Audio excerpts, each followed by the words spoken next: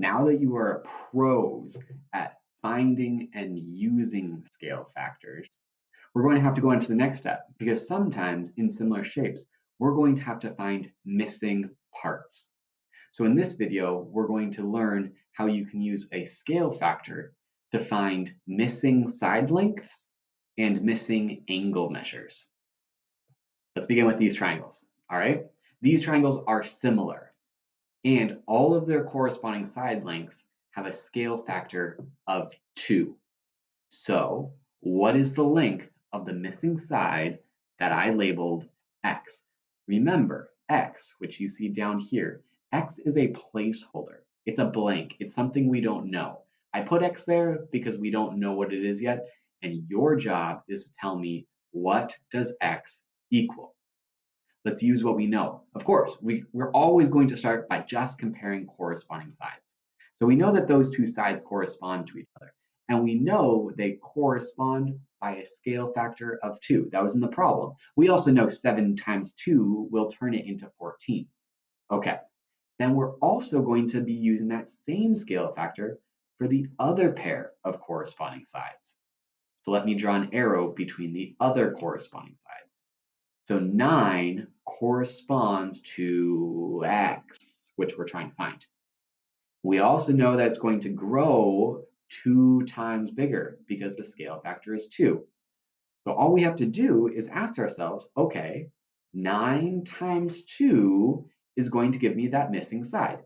9 times my scale factor turns that side into, of course, 9 times 2 equals 18. We can also do this when we are scaling a shape down. Same process. This time I've got triangle A is the big one, triangle B is the small one. They're similar with a scale factor of 0.75. Remember, scale factors that are less than 1 will cause things to multiply and shrink down. What's the missing side? I've got another side right here that's labeled x again. Again, we know that we can compare corresponding sides. So 8 corresponds to 6. And we know, since the scale factor is 0.75, 8 times 0.75 is going to turn into 6. Okay, now let's compare the corresponding sides that will move us towards finding our answer. 12 and that missing side are corresponding. So I need to figure out, what is 12 times my scale factor? 12 times 0.75. Let me grab my calculator because I don't want to have to do that mental math.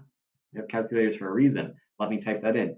12, the side that I know, times my scale factor equals x, the missing side. 12 times 0.75 equals 9.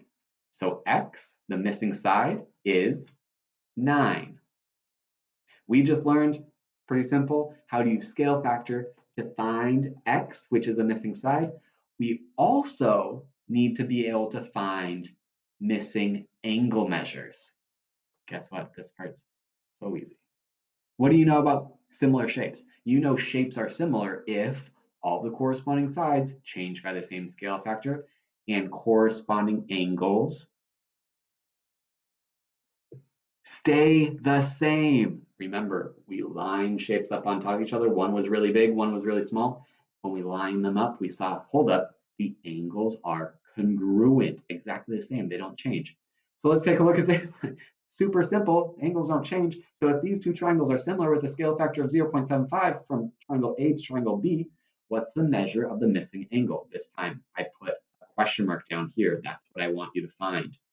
We're going to compare it to the corresponding angle over here.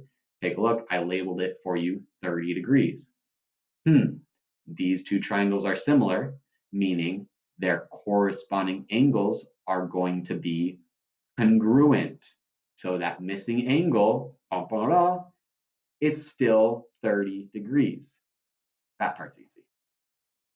You now know how to use scale factor to find missing side lengths, and you now know how to remember that missing angle measures are going to be congruent between similar shapes.